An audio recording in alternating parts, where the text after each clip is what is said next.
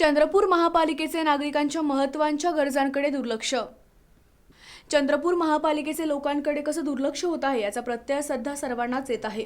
उन्हाळ्याचे दिवस असतानाही शहरातील पाणपोई नाही, सध्या चंद्रपुरात देवी महाकालीची यात्रा सुरू आहे। यात्रेला लाखो भाविक येतात। मराठवाडा, तेलंगणा, आंध्र प्रदेश आणि मध्य प्रदेशातून भाविक मोठ्या संख्येने हजेरी लावतात। शेकडो वर्षाची ही परंपरा आहे, पण या भाविकांना झरपट नदीच्या दुष्काळीत प्रदूषित काळ्या कुट्ट पाण्यानं अंघोळ करून पवित्र व्हावं लागतं। त्यांना पिण्याच्या पाण्याची सोयही केली नाही, त्यामुळे अंचलेश्वर मंदिरातील एका प्राचीन विहिरीत पाणी त्यांना प्यावं लागत आहे। विशेष म्हणजे या विहिरीचं पाणी पिण्यायोग्य नाही असा फलक महापालिकेने इथे लावला आहे, पण दुसरी सोयच नसल्यानं यात्रेकरू हेच दूषित पाणी पित आहेत। त्यांना झोपण्यासाठी छत नाही, त्यामुळे मिळेल त्या ठिकाणी यात्रेकरू विसावा शोधत आहेत।